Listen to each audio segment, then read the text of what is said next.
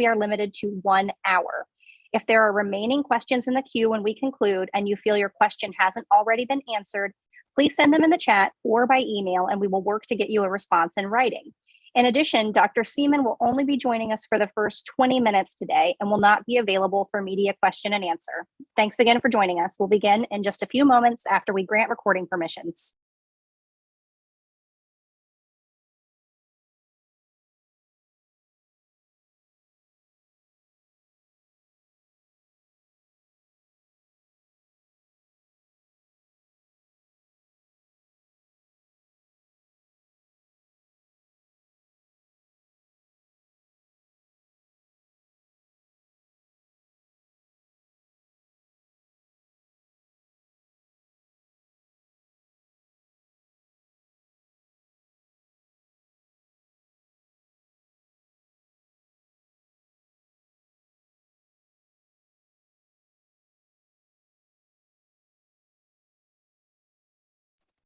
I believe all permissions for recording have been granted. So if you had requested that in the chat, you should now be able to record. Dr. Vanderhoff, it is 11:02, so I believe I can hand it over to you to begin. Well, thank you very much, Alicia. Good morning. I'm Dr. Bruce Vanderhoff, Director of the Ohio Department of Health. The Delta surge continues to drive very high COVID-19 cases, especially across northern Ohio, and very high rates of hospitalization. Yesterday, we reported 8,707 cases of COVID in just the previous 24 hours. Also, as of yesterday, there were 4,297 patients in the hospital with COVID-19, a high we last experienced in January of this year. And that was during last winter's surge. 1,100 of those patients were in the ICU, higher than we had during the height of our recent fall surge, and consistent with numbers we experienced 1 year ago, last December, just as COVID-19 cases were becoming available, vaccines were becoming available to the very first Ohioans. Now, the current surge in COVID-19 hospitalizations is simply putting a dangerous strain on the state's healthcare infrastructure. We are, yet again, in a serious situation, every bit as serious as last December and January. Hospitals are being severely strained, not only because of the high numbers of COVID-19 hospitalizations, but also as a result of staffing challenges, particularly among the dedicated healthcare workers who have been fighting this virus on the front lines for months and months on end. When our hospitals are stressed to this degree, it strains their resources to care for other patients needing regular or emergency care. So it's not just about our hospital's ability to care for a COVID patient, it's also about their ability to care for other important conditions like heart attacks or car accidents. As a result of the incredible volumes hitting our hospitals every day, our hospitals are having to make very difficult decisions and implement contingencies to cope with the volume and to deliver care to those most in need. Now, many have diverted to not only accepting the patients who may have previously been referred to them, but accepting, for example, only traumas that meet certain criteria or have had to reschedule many surgeries or other procedures. They've diverted patients to other hospitals far from where people live, and they've even had to limit patient visitation. Now, what's driving all of these Delta hospitalizations in Ohio? Well, when we look at the data, our COVID-19 hospitalizations continue to be driven largely by unvaccinated Ohioans. Severe illness with COVID-19 is, as we know, largely preventable thanks to our vaccines.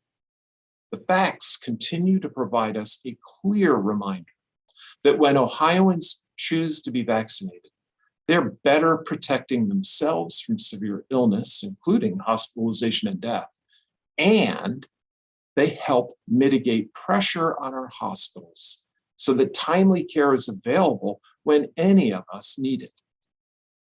When someone chooses to be vaccinated, they're helping to ensure all Ohioans get the medical care they need when they need it. The rate of hospitalization is very high in communities all across our state, reflecting our very high case rates. But the problem is especially acute in the north. An analysis of hospitalizations over the last 2 weeks shows that on average, about 62% of all newly reported hospitalizations occurred in the northern part of our state. Now, not surprisingly, recent data also shows that as a whole, hospitalization and death rates are higher in counties that fall below the state vaccination average. So it's clear that higher vaccination rates are associated with lower rates of hospitalization and death. And conversely, lower vaccination rates are associated with higher hospitalizations and deaths, because that's what vaccines were created to do, to keep people alive and out of the hospital. Now, we looked at this data specifically from April 1st through November 28th, after vaccines were available for everyone age 18 and older in Ohio. And our findings show that COVID-19 vaccines have consistently worked as designed, which is to protect us from severe illness, the kind that results in hospitalization or death. While you might, as a vaccinated person, still get a mild case, the COVID-19 vaccines do a very good job of protecting you from serious illness. Generally, we found that hospitalization rates are 35 to 40% higher in counties that fall below the statewide vaccination rate average, compared to counties that are above that statewide average. Furthermore, death rates are up to 94% higher in counties below the statewide vaccination average. In short, all the evidence reinforces that COVID-19 vaccines are our surest protection from severe COVID illness, including hospitalization and death. Now, joining me today from the northwest corner of the state, where we're seeing extremely high hospitalizations as well as COVID-19 cases, is Dr. Glen Seaman, whose role primarily is that of a family physician at Parkview Health, and who also serves as medical director for the Williams County Health District. Dr. Seaman, we've heard that hospitals are inundated, and you're working in the urgent care 1 day a week, and are actually there, I believe, right now, where you're certainly on the front line of seeing the large increase in patients. Can you explain more about what you're seeing and how you're encouraging the patients that you see and people in your community to protect themselves? Sure. Well, first, Dr. Vanderhoff, thank you for having me today. You hit the nail on the head. Vaccination is our best protection. And sitting here in Williams County for the last 3 weeks running, we've seen a huge surge in COVID cases, just 230 cases in the last 1 week of patients having COVID, 7 new hospitalizations and 2 deaths. At any given time, we're averaging probably 10 to 15 patients in the hospital with COVID. High 90% of those are unvaccinated individuals. The deaths are certainly related in individuals who are unvaccinated. You're right, our hospital is inundated. Just last week, there was an issue where across our region where we have mostly rural hospitals, our closest city is Toledo, but 3 of the other rural hospitals in the area were on EMS standby, which means that their hospitals were so overwhelmed that they couldn't even accept an ambulance with a sick patient. So that patient from 45 minutes away needed to be diverted to another hospital. It wasn't a 10-minute ambulance trip for a sick individual. It was potentially 30 to 45 minutes to get the care they needed. That's a delay in care. That's a delay in urgent care.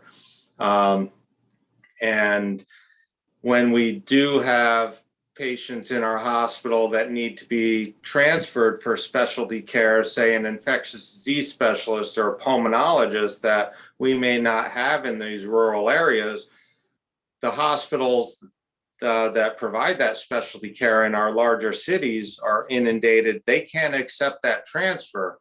So we have stroke patients sitting in our hospital hoping for the best when they really need to be seeing an interventional neurologist in a larger city who can't care for that patient. The COVID pandemic has certainly added to that situation. If our hospitals are full with COVID patients, we can't take the patients who need other care.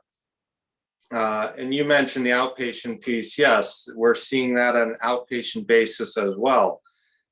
In my general practice and family practice, I've been spending 18 years caring for patients with chronic disease, diabetes, COPD, heart problems, hypertension. And part of what we do is prevention. Okay, nowadays, bulk of our patients coming in the door are respiratory, and it's not all COVID, it's respiratory season. There's influenza, numerous amounts of other respiratory viruses, but the majority of what we're seeing here in Williams County and in the northwest corner of the state is COVID right now. When those people are coming into the office sick, that's taking away patient availability when they have to come in for their chronic disease management. We as family doctors can't see the patients that need to be seen for their chronic illness. In the urgent care, it's even worse. Our urgent care clinic here in Bryan is seeing on average of 60 to 100 patients per day. And I would say the vast majority of that is respiratory ailments. Sure, we see our broken bones and sprains. And honestly, I feel liberated when I get to see that sprained ankle. It's becoming very monotonous. And you had mentioned, and I am seeing the majority of the patients coming into the office is unvaccinated individuals, and they're sick. And it's unfortunate that COVID is a disease that there is no treatment for. We have to rely on the body's immune system to be able to recover from this virus. And it takes some people 1 to 3 weeks.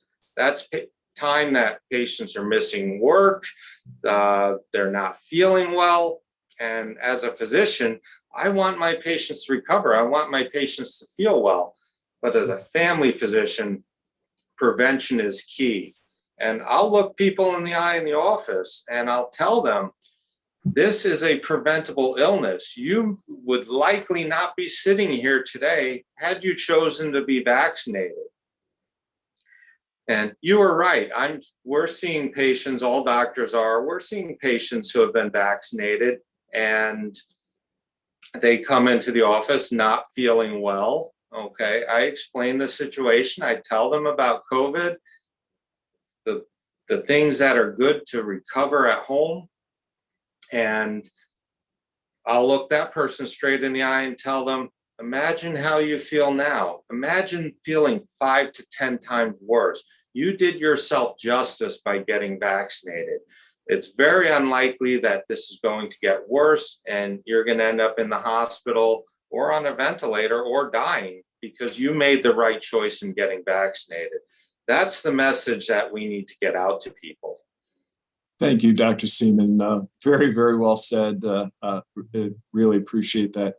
Well, with cases continuing to rise, the best thing, as Dr. Seaman said, that Ohioans can do is choose to be vaccinated. And we've shown that vaccination protects not only each individual from hospitalization and death, but it also helps alleviate pressure on our healthcare delivery system, especially our hospitals. In addition to being vaccinated, the keys to staying safe in the face of COVID remain some of the common sense steps that we have talked about for a long time.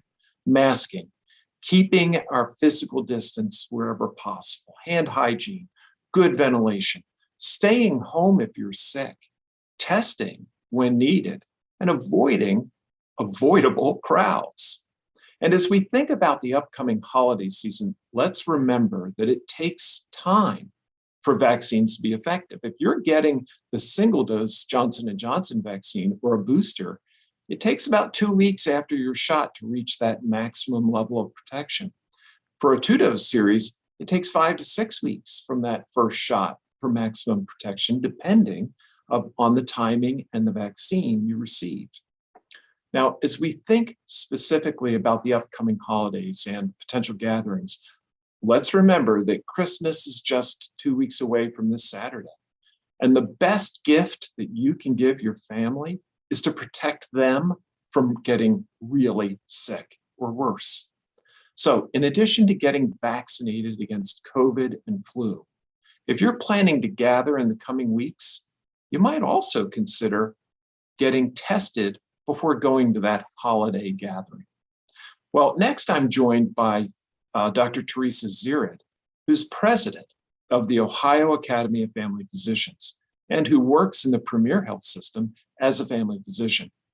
Dr. Zirid, as a family physician, you of course treat patients of all ages when they are sick and otherwise, and you're, I'm sure, working to help keep them up to date on their immunizations.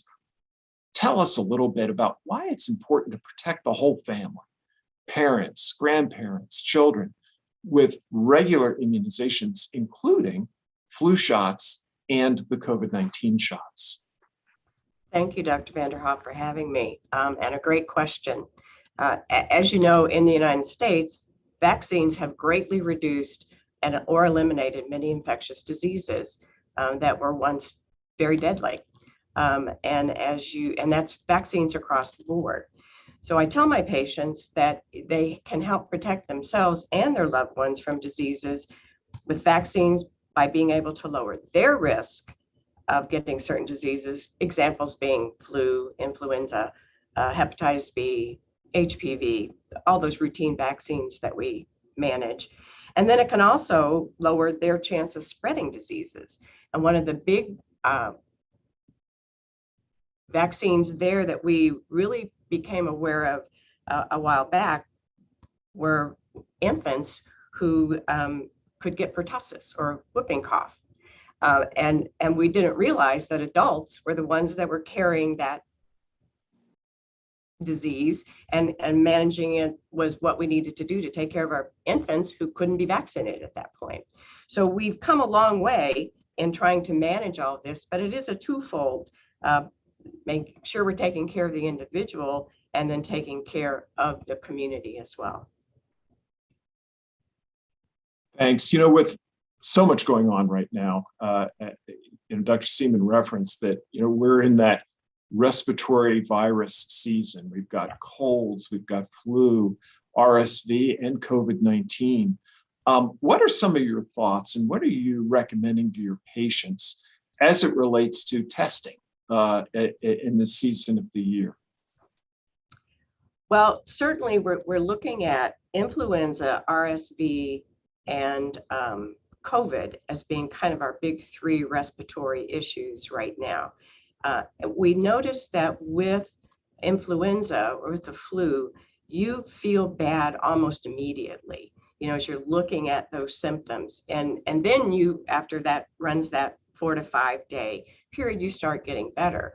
With COVID, it's a little bit different. It kind of rumbles along a little bit and you don't start feeling horrible immediately. You feel bad several days later. So they do carry some of the same symptoms if you look at cough, fever. But with COVID, we're still seeing that loss of sense of smell and taste as being a big indicator. I tell folks, let's see what's happening, but watch those symptoms, and we can always test. And that point of care testing is becoming so important to be able to identify what we really have going on so that we can start treatment as it is appropriate. Well, thank you so much, Dr. Zierid. As we've discussed and referenced at length already today, it's incredibly important to get vaccinated to protect yourself from COVID-19.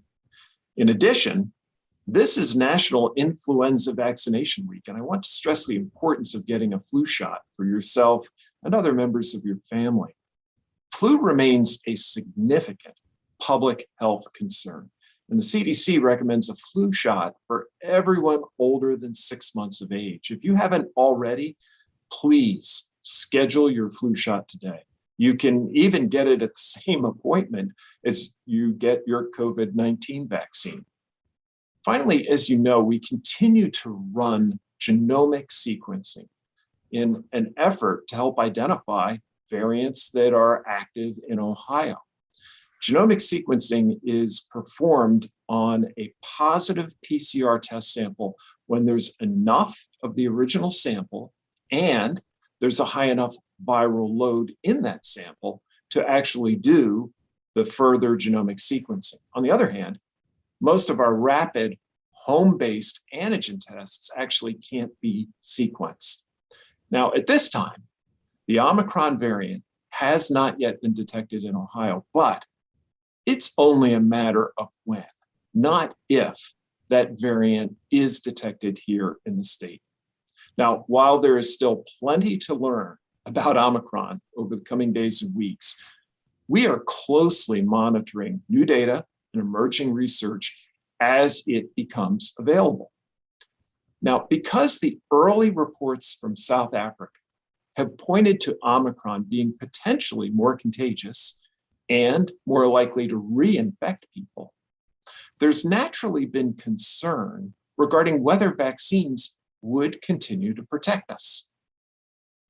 The results of the early research regarding the vaccines are, however, encouraging, reinforcing the benefits of both the primary vaccination series and, when it is time, boosters. First, research out of both South Africa and Sweden have, in the past days, pointed toward relatively modest reductions in antibody responses to the Omicron variant. Reductions described as one of the lead researchers in South Africa, Dr. Alex Segal, as better than expected. And that suggests that while a vaccinated person may have more risk of some mild infection related to Omicron, there should still be considerable protection against serious illness. Secondly, recent lab tests conducted by Pfizer and BioNTech suggest that 3 doses of their vaccine offer significant protection against Omicron. How do we know this? Well, first, blood samples obtained from people 1 month after they had received a booster shot showed neutralizing antibodies against the Omicron variant that were comparable to the levels of antibodies that were seen against previous versions of the virus after 2 doses. In addition, the tests suggested that the mutations in Omicron don't significantly affect T cells. Remember that cellular immunity is the other critical part of our immune system's response. This apparent preservation of cellular immunity suggests that vaccinated individuals may still be protected against severe forms of the disease after only 2 doses of the mRNA vaccines. So while we still have a lot to learn about Omicron, this variant's arrival continues to underscore the importance of our best prevention tool, and that is choosing to be vaccinated.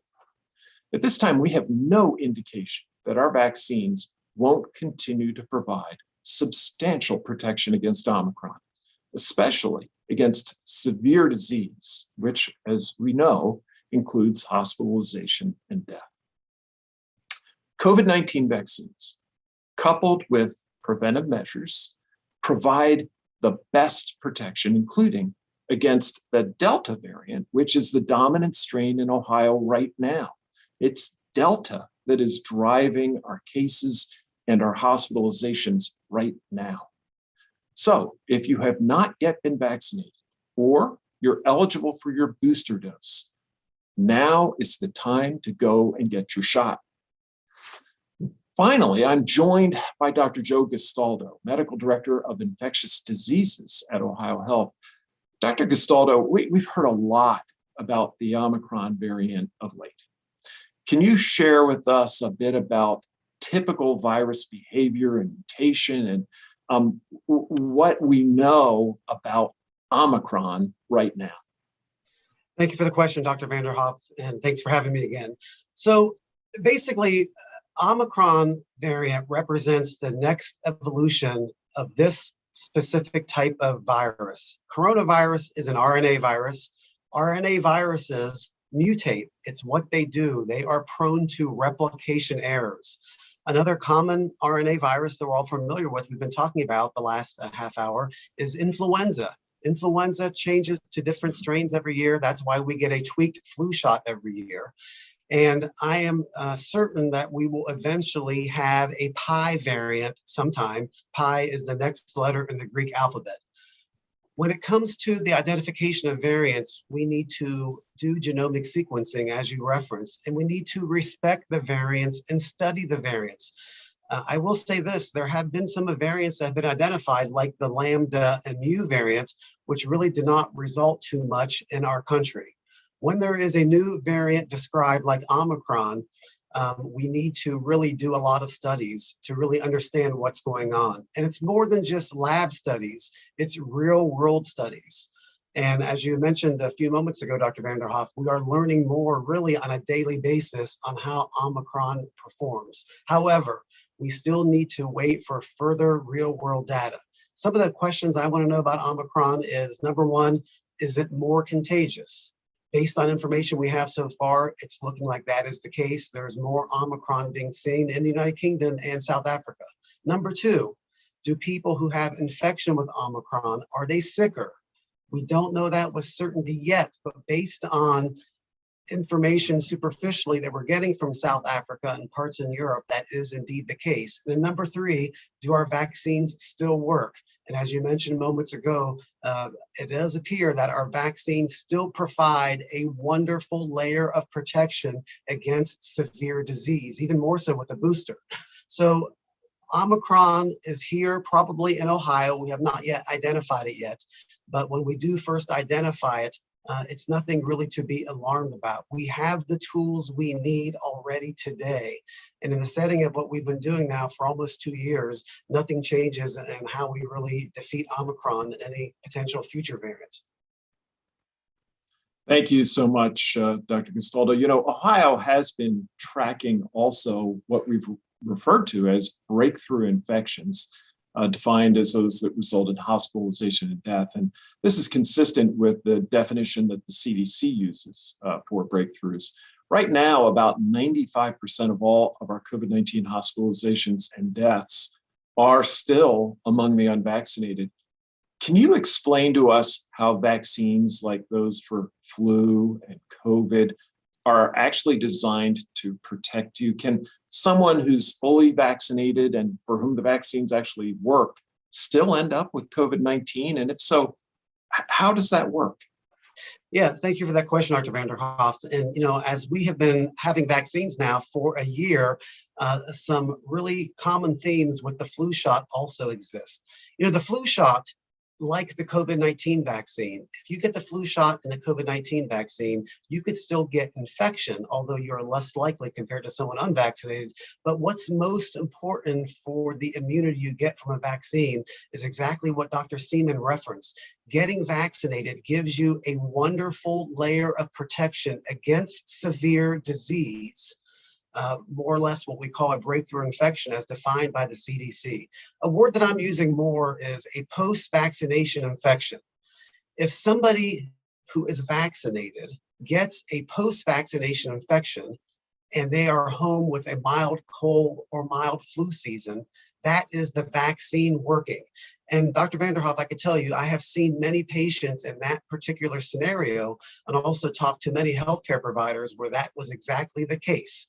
People who have been fully vaccinated and they have a breakthrough post-vaccination infection with mild symptoms. That's the vaccine working. And I feel confident in saying every time I see those cases, especially those in patients who have had risk factors, it's the vaccine working that's keeping them from severe disease, resulting in hospitalizations or death. Thank you so much. Well, we need to remember that the COVID-19 vaccines, as well as other proven preventative measures like wearing masks indoors, maintaining our distance from others, washing our hands, improving ventilation, staying home, all these work together to help protect us and prevent the spread of COVID-19. If you're sick with symptoms of COVID, you should immediately get a test. Even if you're vaccinated, it's important to follow preventive measures to protect yourself and others. Now, if you test positive for COVID, how you and public health officials react isn't determined by the variant you have. So regardless of which variant may be spreading, and it's Delta right now, isolation and quarantine remain key to preventing further spread of the virus. This is, really hearkening back to what we were taught as children. When we're sick, we need to avoid being around other people so we don't spread what we've got. The importance of a positive COVID test is that it gives you knowledge that okay, I've got COVID. I need to isolate myself for a certain period of time. I need to approach my illness in a certain way. What's not important about that is which variant you have. We'll follow that epidemiologically. We'll keep our eye on what this virus is doing, but it doesn't change your treatment. It doesn't change what you need to do. Now, let's remember our hospitals are facing as great a challenge as ever, with numbers that they are facing that are equivalent to what they faced last January. And that's compounded by the fact that there are fewer health professionals in the workforce now than there were then. Sadly, these hospital cases continue to be driven largely by unvaccinated Ohioans. And remember, as we've said over and over, vaccination is your best protection. And when more Ohioans choose to be vaccinated, they're not only better protecting themselves from severe illness and hospitalization, death, they're relieving pressure on the healthcare systems that support their community. The bottom line is there is no time like the present to get vaccinated. Now, Alicia, I think we can move to taking questions.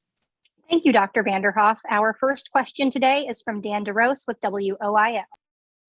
Good afternoon to all the doctors who took the time today. We certainly appreciate it. I want to go back to some of the statements made by Dr. Seaman, and maybe this applies to some of the other doctors on the call. When he said he looks patients in the eye and says you need to get vaccinated, I'm assuming there's some patients who tell him I'm not doing it. Does that frustrate you as a doctor? You're the expert. You're the one who you're seeing patients get sick. What is the response when you look them in the eye and say you need to get vaccinated? Well, thanks, Dan, for that very, very good question. I'll kick it off and then turn to my colleagues. One thing I think that we as doctors are very accustomed to is educating, of providing our patients with the best information we can. And sometimes, yes, it does happen that we make our best medical recommendation to a patient and they might choose not to follow that recommendation. Obviously, as a healthcare professional, that does carry a certain level of frustration. But I think that our approach typically is to stick with that patient and keep reminding them the next time we see them and the next time that this really is what we think is best for them. And that's a part of being a doctor. Let me turn to my colleagues because I'm sure they both can speak from vast experience to this question. Dr. Zirid, would you start? Certainly, thank you. Yes, it's a great question, and it is somewhat frustrating sometimes when your patients won't take your advice necessarily, but I keep working on them. Just like Dr. Vanderhoff said, you keep telling them every time they come in for a visit, you ask again, wouldn't you consider getting this? Because I think it's the best thing for you, for your family, and for everyone around you. Eventually, I've been lucky, I've worn a lot of them down. so that's been good. Dr. Castaldo? Yeah, that's a great question. And I can tell you too, when we talk to patients who have not yet been vaccinated, these types of encounters take time. They are really a time investment for every provider having these conversations. And we want to obviously respectfully engage patients, or for that matter, anybody who has not yet been vaccinated. But we really want to understand where they're coming from, understand their fears, their concerns, their feelings of anxiety, understanding that they may be following misinformation that's out there. And we just have to take time and don't give up on people. In my personal family, I have loved ones who have not yet been vaccinated, and like Dr. Zirid said, I'm not giving up on them, and I'm still respectfully engaging those people to get vaccinated. And a lot of it really has to do with allowing patients to have access to reliable source information and essentially continue to work with them. Thank you, Dr. Castaldo. Our next question today is from Joe Ingles with Ohio Public Radio and Television. Thank you, doctors, for doing this call. My question is the messaging. It's been a problem, especially when it comes to vaccines. When the vaccines are released, we hear, well, this group should get them, but not so much this group. And then all of a sudden, yeah, everyone can have them. There seems to be some mixed messaging going on. And a lot of people who haven't gotten boosters are saying they're not getting them because doctors at one point said they don't need them because they didn't happen to be in a specific group. Are we maybe at the point where the FDA, the CDC should look at just saying, hey, you folks who are vaccinated, every 6 months, go get a booster. Everyone, not just a specific group, because the messaging is causing a problem, or at least it appears like that from where I sit. What are you seeing as medical professionals? Well, thanks for that question, Joe. I think it's absolutely the case that clarity of messaging is very, very important. And I believe that along the journey here, everyone has been working diligently to be as clear, as straightforward, as honest as they can about what's known and not known. The real challenge that I think that we have faced is that COVID-19 has been an entirely novel virus. It's something that we had not seen before. And the advent of our vaccines, while a wonderful development, also was something that we had to learn about with time and experience. Yes, so many of the other illnesses that we treat and protect people for with vaccines have been around for eons. They've been around for a very long time. They're very well characterized. And we've had a lot of time to develop the vaccines that are provided. And so the knowledge base has been much greater. We've had, as we've introduced vaccines in this country, and we've shared this as we've gone, we've had to learn about how people are responding, how the virus is responding, and the virus itself has not been standing still. Let's face it, the Delta variant that we're looking at now wasn't even on the scene when the vaccines were released. And in fact, multiple other variants have appeared between that time and where we stand now. So I do understand that it can be frustrating that our guidance has evolved. But the reality is the evolution of our guidance has been appropriate in the face of a changing pandemic. Now, let me turn to Dr. Gastaldo because of his specialty in infectious diseases. I think this is particularly close to his work. Dr. Gastaldo, what more would you add to that? Yeah, thank you, Dr. Vanderhoff. And that's a great question. You know, when it comes to vaccines and immunity and immunology, in the setting of COVID, which is, by the way, a brand new disease, a brand new virus that we're still learning from, we are essentially building the plane as we fly it. I have the utmost confidence in the way that the FDA and the CDC conducts their reviews and makes their vaccine recommendations. When you look at the subcommittees within the FDA and the CDC, they are our country's top experts in infectious diseases, vaccines, and various other specialties. And decisions are made based on data. Some of the data is real world data. Some of the data is test tube or laboratory data. But as new information comes in from both of those arenas, the recommendations are very much subject to change. I do agree with being completely open and transparent with the public. But again, historically, we have never been in a situation like this. And we really have to trust the process we have with the review of the vaccines, the level of the FDA and the CDC vaccine recommendations. The way our country views vaccines and makes the recommendations are the gold standard of the world.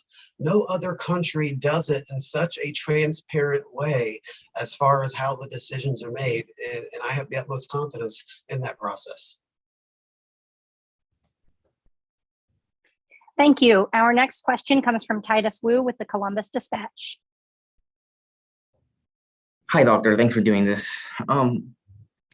My question is kind of, so there's been, national news reports about Ohio being, one of 6 states accounting for, more than half of the country's, recent hospitalization surge. The other states being, nearby Pennsylvania, Michigan, Indiana, New York, Illinois.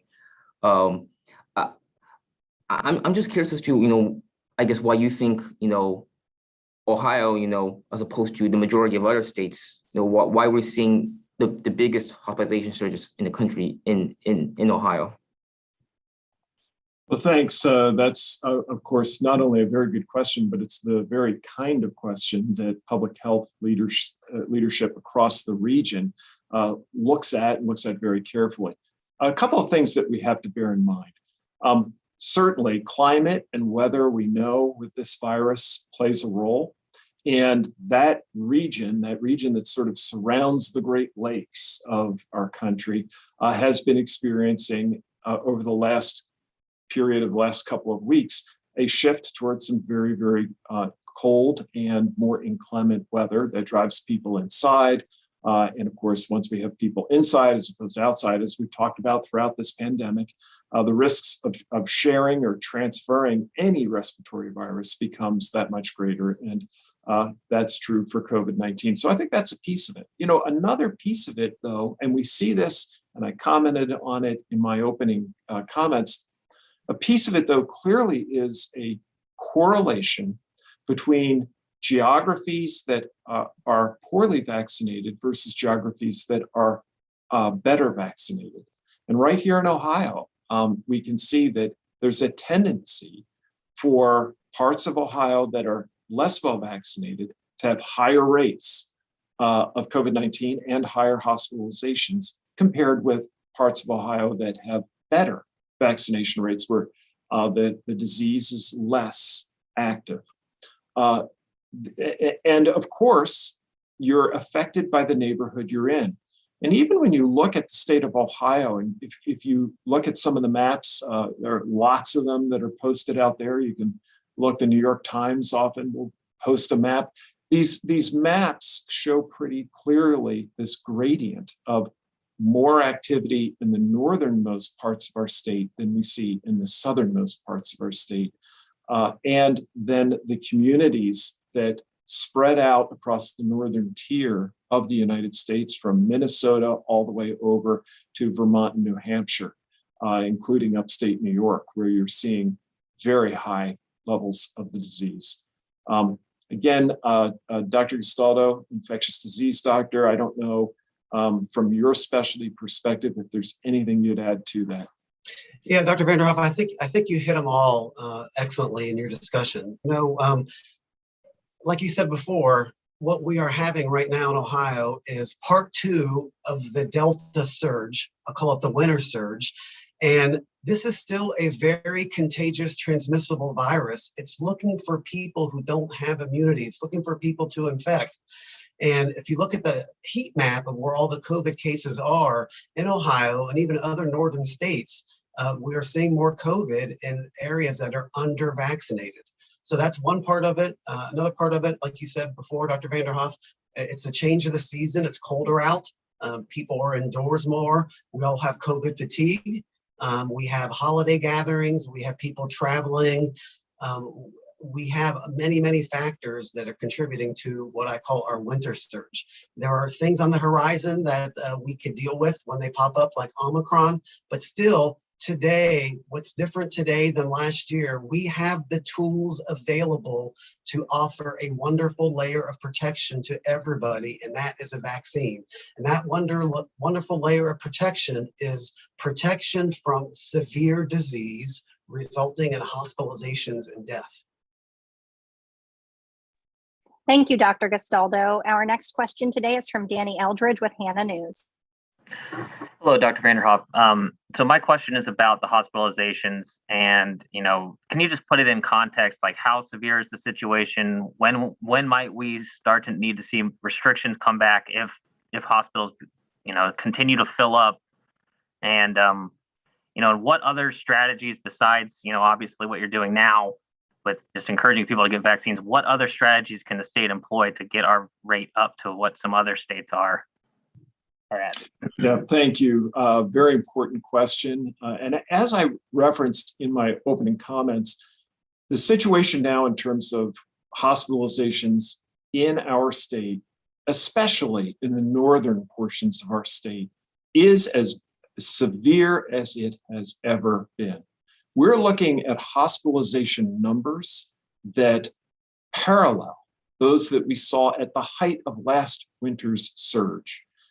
These are very, very substantial levels of hospitalization, and hospitals are already across our state having to take extraordinary measures to be able to respond.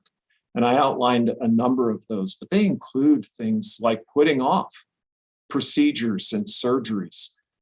They include things like having to transfer people significant distances in order to receive care. And even the hospitals have had to limit visitation because of the impact that those extra people have on the ability to manage the large volumes of people that the hospitals are having to take care of. What can we do? Well, it's the message that we have been repeating now for a very long time, and are underlining here today. Vaccination is really the key. We all need to either get vaccinated or get our boosters. In addition, wearing masks and avoiding contact. Let me open it up to my colleagues and see if they would add.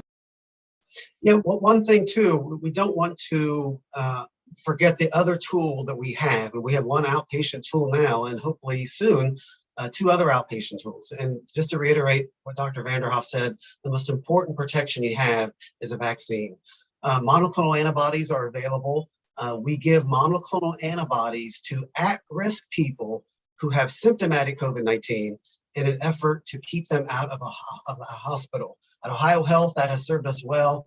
We have had great success in giving monoclonal antibodies in an effort to keep people out of the hospital. Hopefully, sometime in the very near future, we will have access to 2 oral antiviral agents, one by the name of molnupiravir, the other one is called Paxlovid. And molnupiravir right now is going through the FDA review process, and Paxlovid will hopefully be following in the near future. These antiviral agents look promising as potential tools to keep at-risk people out of the hospital. But when these medications come out, initially, their supply is going to be limited, and hopefully we'll get more as time goes on. So that's what we have right now for our tools, and we need to think about using them in the appropriate patient. Thank you very much. Our next question is from Haley Nelson with ABC6 and Fox 28 Columbus. Thank you for taking the time to do this. I'm curious, kind of jumping off that last question, is there any consideration about activating the Ohio National Guard to help at Ohio hospitals? I know today there were some Indiana hospitals, for example, who requested that help from their National Guard dealing with similar situations and concerns. Well, I can tell you that's always a consideration. However, we have to remember the nature of the Guard. The Guard is made up of Ohioans. And in the case of the kinds of Ohioans that we would be looking for to help with our hospitalization issue and the staffing of our hospitals, that largely means highly trained healthcare workers. And we could, by activating the Guard, one of the problems there would be taking valued healthcare workers from one part of Ohio and moving them to another. The challenge with this COVID-19 surge is, while yes, it is more acute right now to the north, it's not like any part of Ohio is doing real well. The rates of COVID-19 in every county in Ohio are very high. Hospitals in every part of Ohio are being significantly impacted. So in this state, the idea of moving healthcare workers from one portion of the state to another, it isn't as appealing. Doesn't mean that it's not something that at some future point wouldn't be a good idea. It is something we watch and we monitor.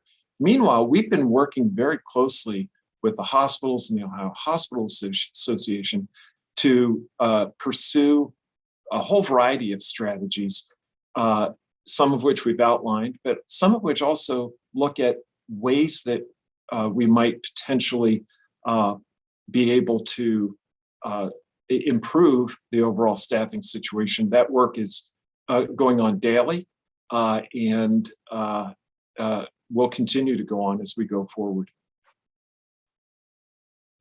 Thank you, Dr. Vanderhoff. Our next question is from Jim Provance with The Blade.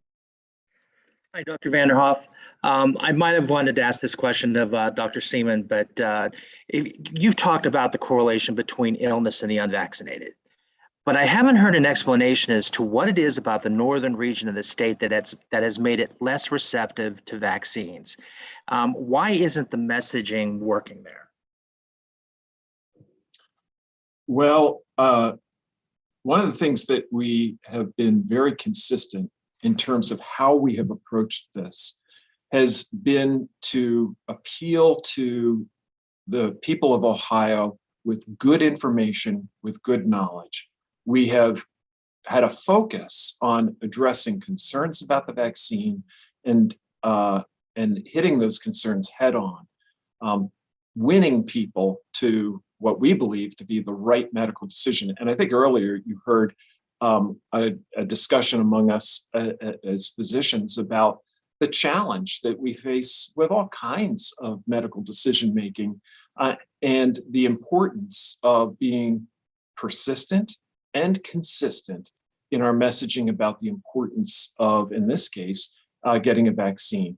You know, there are a whole variety of reasons that people may have hesitation about getting vaccines, and they range from fears about safety that we've attempted to address, belief that perhaps the virus is not going to impact them, which we've tried to address, as well as some other fears that relate to trust, and trust in medical authorities or trust in authorities generally.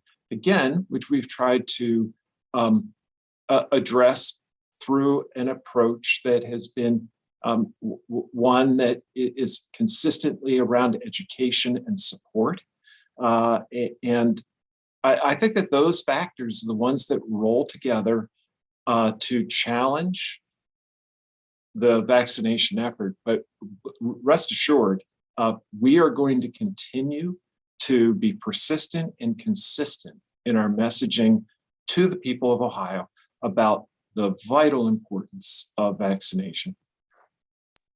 Thank you, Dr. Vanderhoff. Our next question is from Peyton Marshall with Fox 45 and ABC 22. Thank you.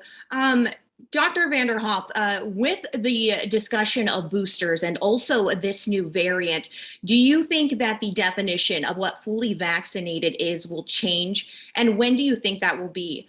And in addition, if I can also ask, just because this is National Flu Vaccination Week, there's been discussion of future mRNA vaccines that would combine both the flu vaccines and COVID-19. Do you think that that's a possibility in our future? Great questions. First, let me begin with the first. And I think that any changes to how we would define vaccination are always possible. But as we look at the data, particularly the emerging data regarding Omicron, to me right now, there's really nothing to suggest that primary vaccination will not continue to be defined in the way it is as getting 2 doses of your mRNA vaccine of choice. I think that the need for a booster is not uncommon with vaccines. And the real question is, what is the frequency of that booster and what is the form of that booster? Quite likely, our booster in form and perhaps even our primary series in form will evolve. And that's typical of vaccines. Many of the vaccines that we give today for a whole variety of illnesses have been enhanced and improved over time. And what we administer today is a slightly different formulation than what we administered when that vaccine first rolled on to the market. But I feel actually continued confidence in the vaccine platform that we currently have. It clearly is doing a good job. Now, you do point toward one of the great things about mRNA vaccines, and that is the ability to modify them, to produce them, and to potentially link them with other vaccines is significant. And I think they do point towards a future where the convenience of vaccination will likely be enhanced even further. But there's a lot of research to be done in that arena before we get there. Let me open it up to my physician colleagues just to see what I may have missed or what additional ideas you would want to share. Yeah, so the CDC is clear. At this point in time, they are not changing the definition of fully vaccinated. To be transparent with people, we don't know what's going to happen in the future. A year from now, could that potentially change? Maybe, we don't know. But the CDC is clear that they are not changing the definition of fully vaccinated now. To piggyback with what Dr. Vanderhoff just mentioned, the simple answer to that is yes. With mRNA vaccines, they can, and they are studying having combined mRNA vaccines, perhaps with SARS coronavirus 2, the virus that causes COVID-19, and influenza, or perhaps even 2 different strains of the COVID virus. So that's what's really, really revolutionary with what we have now, what I think is going to be the renaissance of modern day vaccines for many other infections and also even other medical conditions. So yes, to answer your question, I do see that on the horizon. It is being studied by vaccine manufacturers today. Thank you, Dr. Gastaldo. It is now noon exactly on the dot. So I believe that is the final question we had time for today. Dr. Vanderhoff, if you'd like to share any final remark. Well, again, I thank you all for your continued efforts to bring attention to this important issue, the issue of COVID-19 and its impact on our state. I want to thank my physician guests for taking time from their busy schedules. And again, remind everyone, particularly in the face of the Delta surge that is before us now, please get vaccinated if you have not already and get your booster if you're eligible.